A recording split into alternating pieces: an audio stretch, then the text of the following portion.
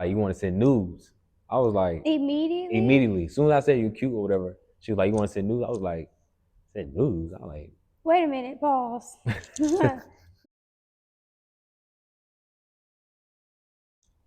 welcome to Off Script with the Johnsons. Well, we're having unscripted conversations that are going to bless your life. So today I'm going to be interviewing my husband, Oh Lord. and we're going to talk about his journey of redemption and all of those things. So remember, I was telling you that my theme for the year was redemption.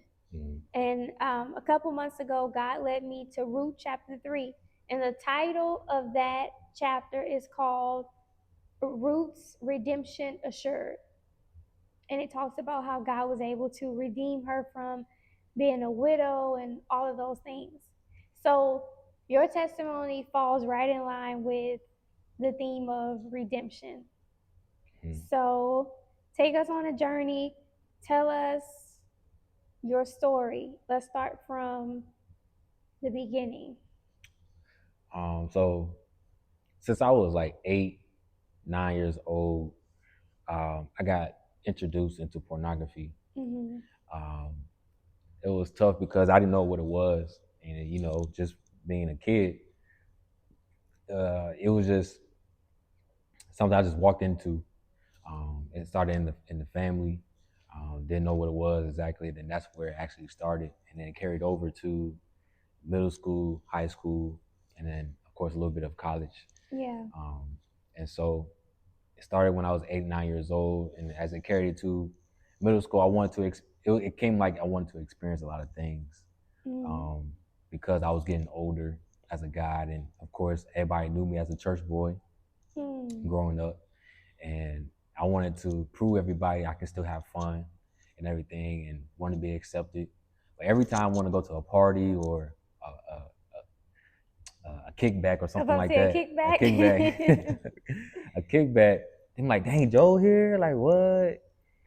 So it's like I'm like, yeah, what's up? But it was like they always treated me like, dang, you shouldn't be here, type thing. Right. And I always was in my back of my mind like, okay, God made me different, unique, and so, but as it carried on, I wanted to have fun, stuff like that, and I just wanted to fit in with people, So, um, and really, high school is what really started because I was older, I was able to drive, stuff like that, and yeah, it started.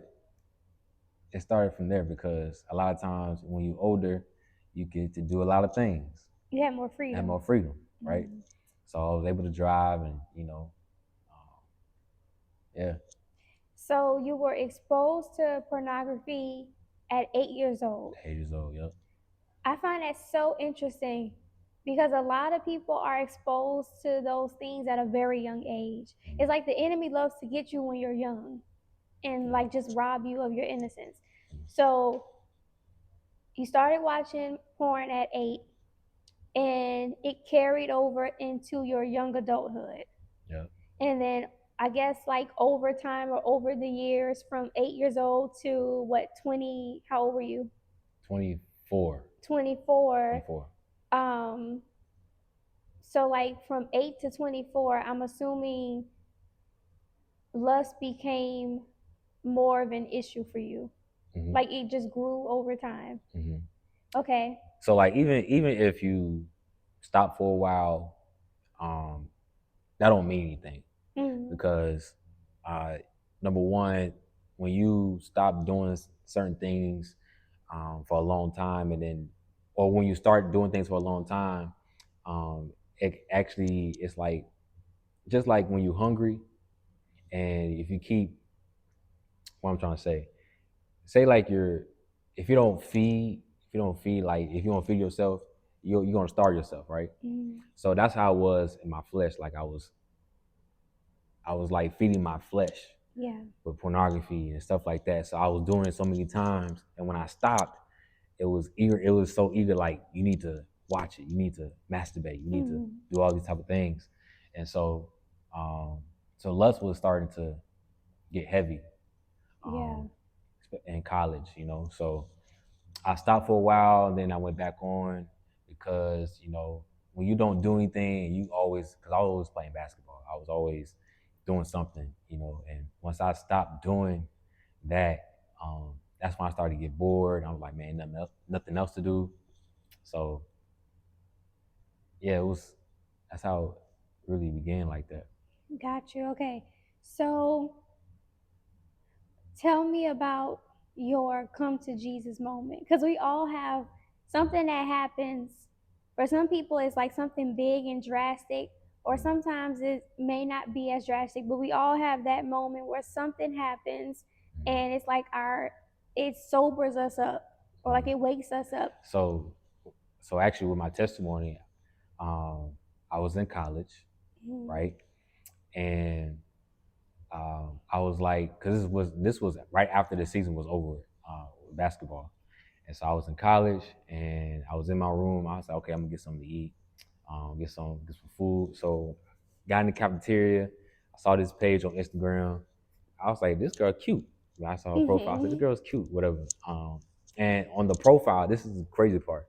On the profile, it had, I think, like, the cross, like when Jesus died on the cross, type of, it had that and a cross emoji. Yeah.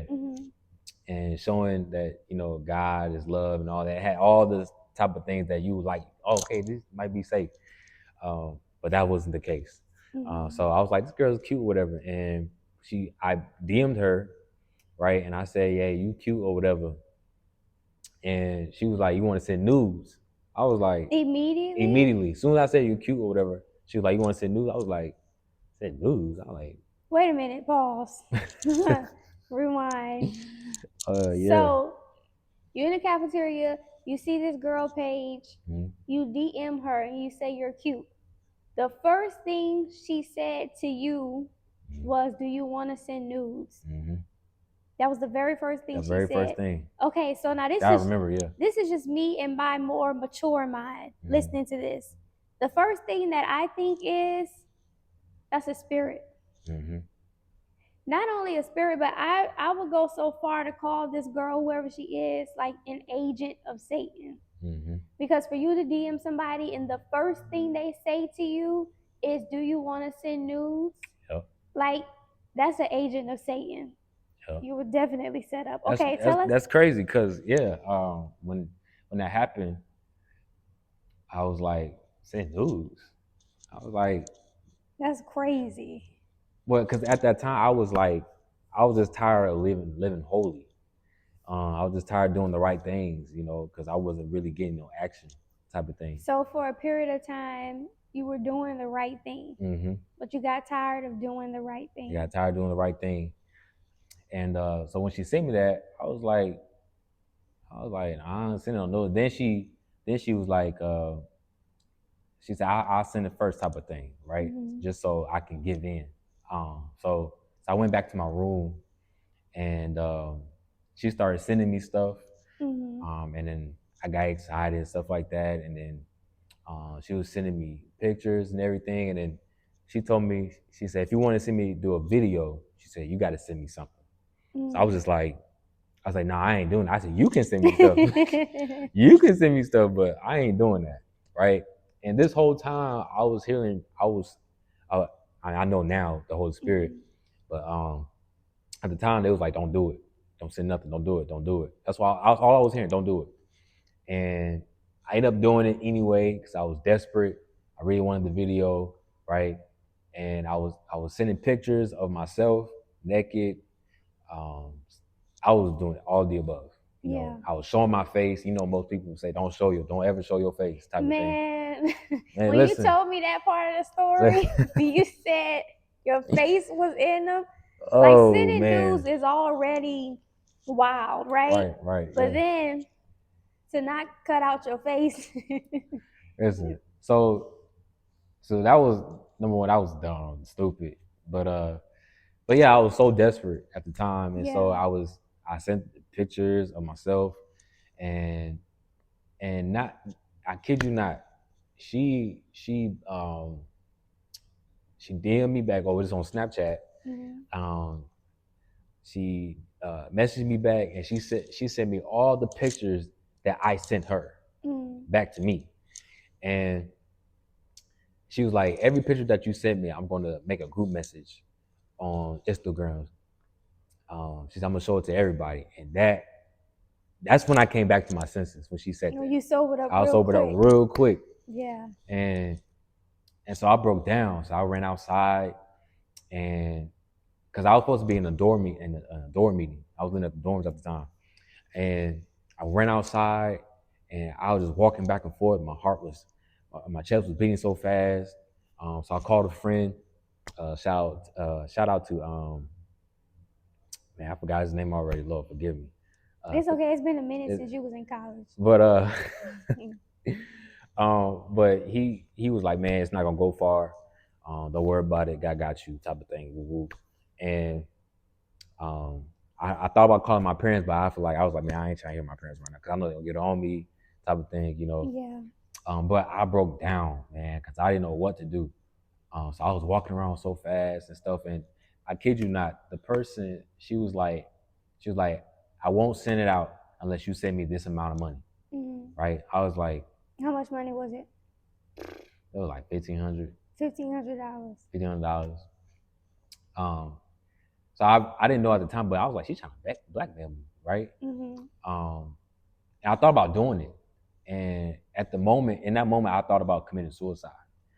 That's how deep it was, because I never thought about committing suicide or death, anything like that. I'm not that type of guy. But how it happened, it came across quick, like it was just right there. I was like, no, I ain't about to do that.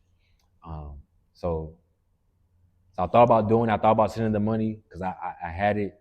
I was like, no, I said, I'll send you 100 or something, you know, just so. He was trying to negotiate. I was trying to negotiate with that. There's a big difference between 1,500 and exactly. 100. I know. You know, but that's what they wanted. You know, they wanted. That's basically what they really wanted, the money type of thing. Yeah. But I felt like it was going to send it out anyway. So I didn't send it out, and I was like, forget it.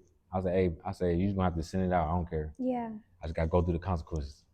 So I stopped messaging the person, and I immediately ran to Jesus. When I say ran, like I ran to Jesus, and I called his name because I was calling everybody else. And so when I called his name, he immediately came. Because I went to we had this chapel right across the street from the school, and I remember I was on the steps, and I was crying out to Jesus. I didn't care who was watching, right? And I immediately cried out to Jesus. I was confessing my sins. I was confessing everything that I did that was wrong, you know.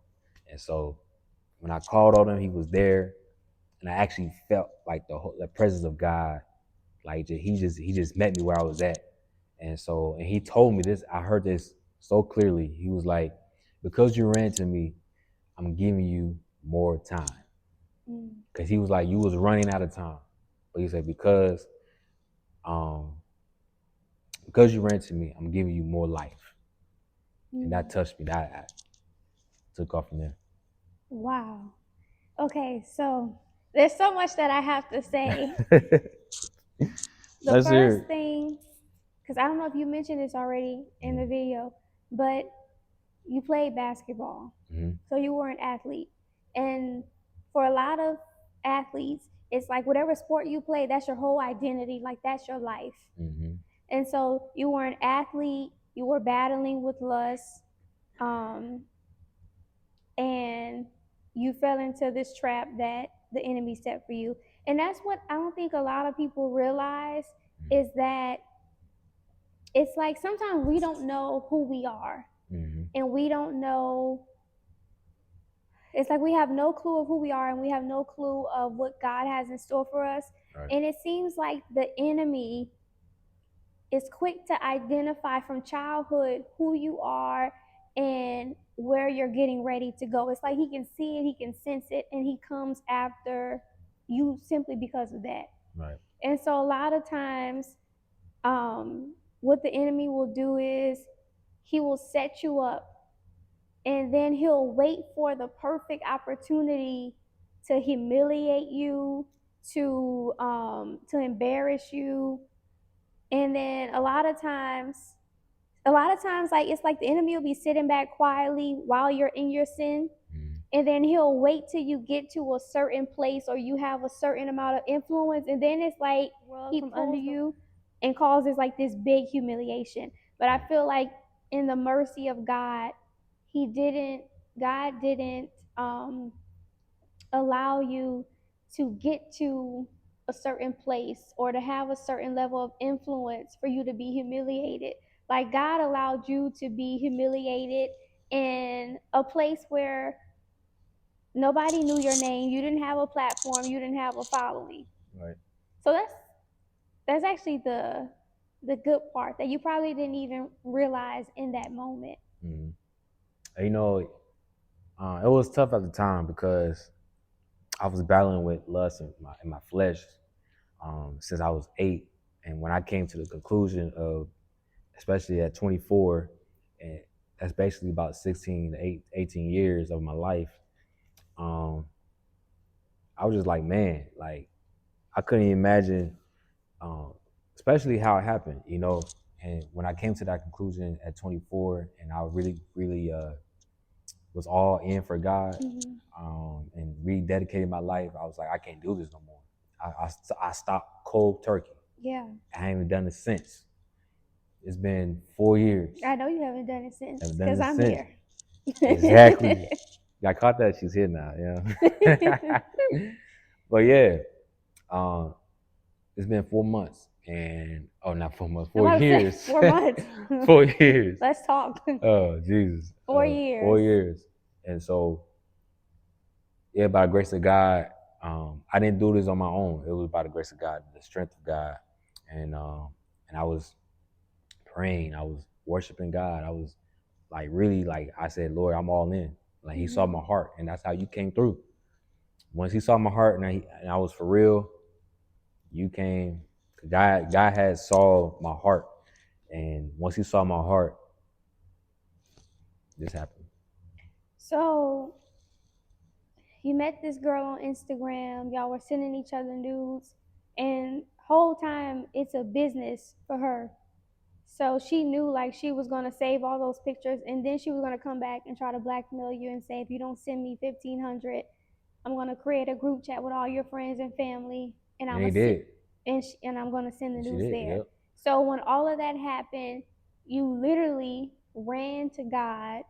You have an encounter with God. He speaks to you and says, because you ran to me, I'm going to give you more life. More life, yep. And after that experience, you start seeking after God. Were you fasting like you were? I was fasting. I was consecrated. I took a year off social media. Okay. I made a post on Instagram. I said, sorry guys, I made a mistake. And that's when I was like, man, because I felt bad on what I did. I was embarrassed, ashamed. Yeah. All those type of things. All of the above. Yeah. And so I was like, for me to really get delivered from this thing, I said, I got to take just me and God type of thing. And I took a year off social media, Instagram, Facebook, Snapchat, all that. And I deleted Snapchat. Actually, you deleted it. I deleted it. Snapchat. Snapchat was a problem. Man, Snapchat's a trap, y'all. If y'all don't know, Snapchat is a trap. I haven't had Snapchat since high school. Like one day I just got bored and deleted the app. Okay, so you had this encounter with God. You started consecrating, fasting, praying, reading the word, worshiping, and that's what started your deliverance process. And I realized everybody's deliverance process looks different. You know, and everybody's process is different. Yeah. And yeah, it took me some time because I was doing this every day. When you say doing this, you mean I was watching porn. Yeah, so you were indulging exactly in those things every day. Every day. Yeah. Every day. Because once you say you stop, right, for a couple of days and then wait for a week, right? So, but in the back of your mind, it's like, because you did it so much, once you stop and it's like I was basically like rewarding myself at the time. like if I didn't do it for a month or two, now I'll go back to watching porn and masturbate. Mhm. So you would say, I haven't watched pornography in 2 months. So let me Yep. reward myself Let by me going back and exactly. watching. Okay. It's funny. It's not funny, but it's funny, now. But Well, you can laugh at yeah, yourself right. now because Yeah, you delivered yeah, and a new person, but it wasn't funny then. Well, yeah, exactly. But it's Exactly. interesting now how our minds work when we're so, what do you want to call it? Because back then everything was just all flesh, Yeah. like you know what I'm saying, hmm and you were I was definitely not keeping my flesh under subjection at yeah. all. And I had to make a decision. Hmm. Either I was going to be for God or not. Yeah. It was a decision thing. That was the deliverance part. Decision. You made a decision. I made a decision. So some people, I understand this process of deliverance and stuff like that, but most of the time it's a decision making. Hmm. You got to make a decision about it. I made a decision to be all in with God, committed. So. Okay. So you made a decision, and that's what brought your deliverance. Yep. I think that's good. I think sometimes, especially in like our culture, our generation, we think that deliverance has to look a certain way. Like you think you have to go to a service and you got to cough something up or you got to roll on the floor in order for you to be delivered. But for you, you were delivered by just getting in the secret place. And that's so important. I know there's a scripture about it, I'm sure, because you know, in that process, I was really getting more intimate with God. I was building a relationship with God, and He was still showing me that He still loves me. Yeah. And I was as I was worshiping God, praying, God was showing His love to me, and that's what I want people to know about.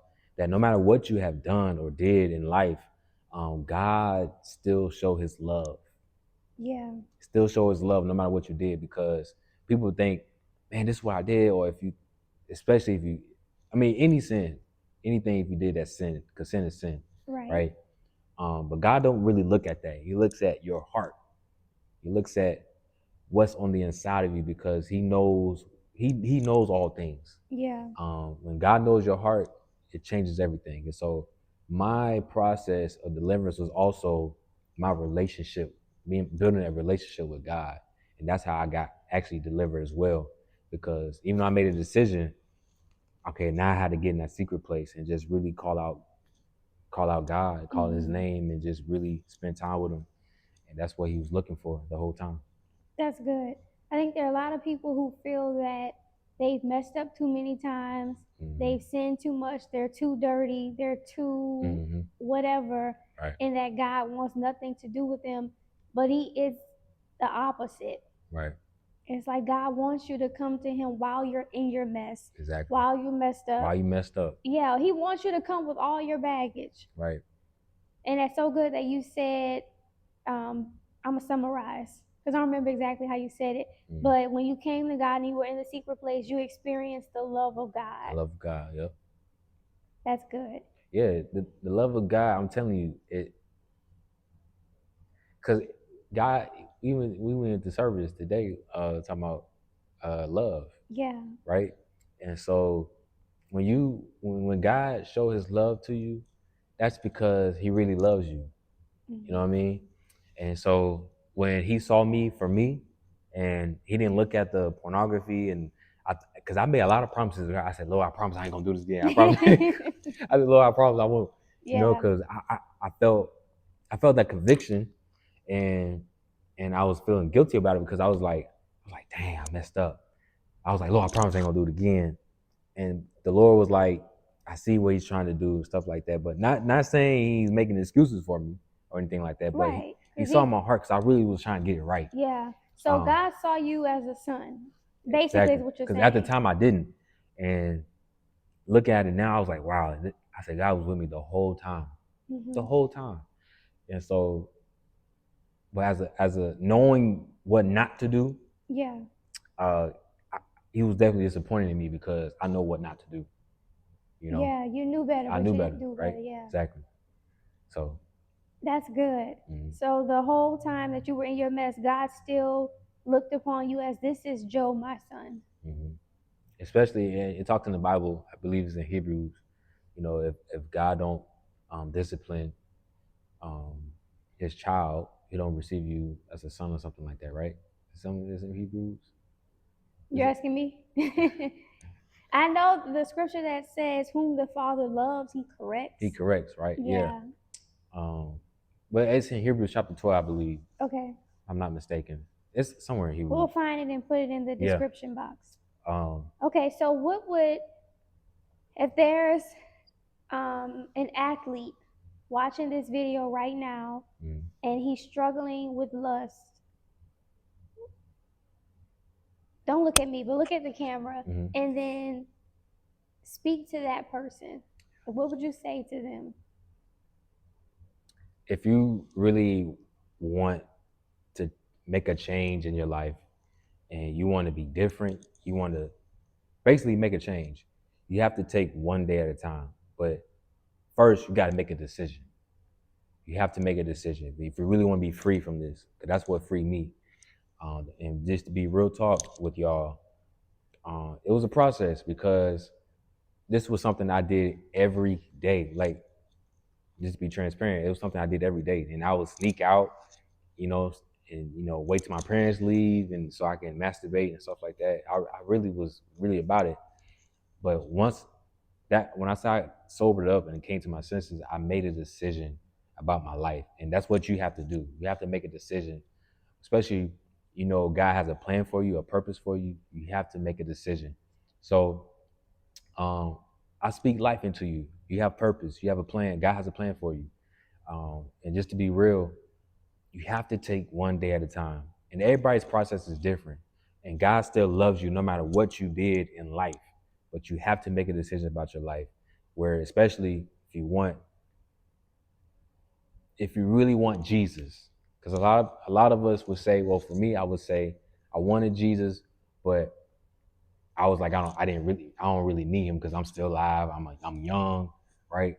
But you gotta come to a point where you gotta be desperate for the Lord, because God is watching our time. What we doing on earth, time is ticking, and just be transparent, be real. I thought I had a lot of time, and the Lord told me I was running out of time. So I had to really get my life in order and, really change my life. And once you make that decision, I'm telling you, your life will never be the same. As you can see, God had a gift for me. He brought my wife here, by the grace of God, because I made a decision.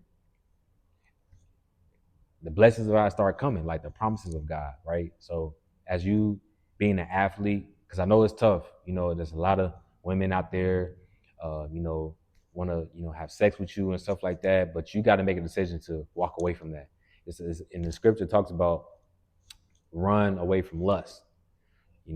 I think it's in Timothy. We put it on the thing. Yeah. But yeah, you got to make a decision about your life, and really stick to what God has called you to do. And so make a decision. Make a decision. That's good. I love hearing your testimony. I sat here and listened like this was my first time hearing it. So before we end the video, I do want to say that God is a God who delivers. He's a God who redeems. He's a God who restores. He's a God who heals and who sets free. He's all of those things. And so once you make a decision, like he said, that you no longer want to be bound to lust, you no longer want to be bound to perversion or addiction, whatever it is that you're struggling Mm-hmm. with right now, and you begin to call on the name of God and you begin to seek him, God is going to transform you from the inside out. He's going to deliver you. He's going to set you free. Even your countenance is going to change. Did you ever realize that? Like before you came to God and you got delivered, it's like it almost looks like you have no life in your face, like your Mm-hmm. eyes just look dark, like there's no light. And then after you get delivered, all of a sudden there's light in your eyes. Oh yeah. Especially my approach and my demeanor, whole everything changed. Like my language starting to change. Yeah. How I talk to about the situation or whatever the case may be, is everything was changing because of one decision. Yeah. Because it actually started on the inside. You have to be. I tell the Lord every time, I say, Lord, create me a clean heart and renew a right spirit within me. Right. So it started from the inside out. I was everything started to change from the inside out. So That's good. yeah. So there's a better version of you that's on the other side of you making this decision. And we hope that you enjoyed this episode. We hope that it was a blessing to you. So make sure you subscribe and turn on your notifications so that you don't miss any new episodes when they come out. Thanks for watching. Oscar Johnson's. You like a mini PJ.